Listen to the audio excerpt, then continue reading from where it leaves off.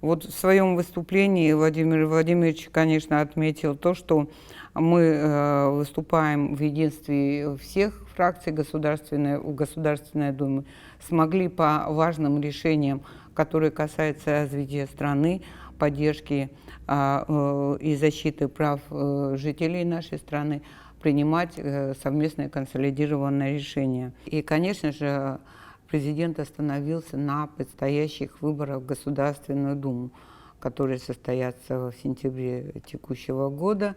И, в общем-то, президент призвал, чтобы мы провели выборы прозрачно, чтобы выборы были проведены открыто. И, конечно же, призвал нас к конструктивному диалогу. Хочу отметить, что это не простое завершение сессии. По сути, это завершение 5-летней работы депутатского корпуса.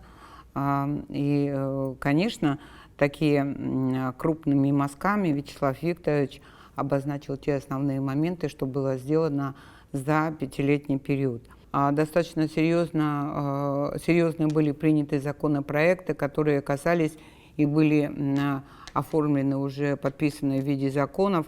Это законы, которые касаются социальной сферы.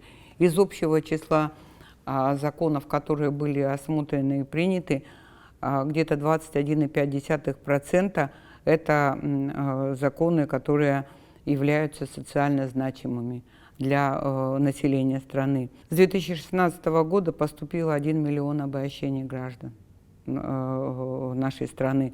Это в 2,5 раза больше, чем в предыдущие периоды. Но вот эти сухие цифры, они показывают, что диалог, в общем-то, есть. И запрос общества есть. По поддержке семьи, материнства и детства приняли около 109 законов.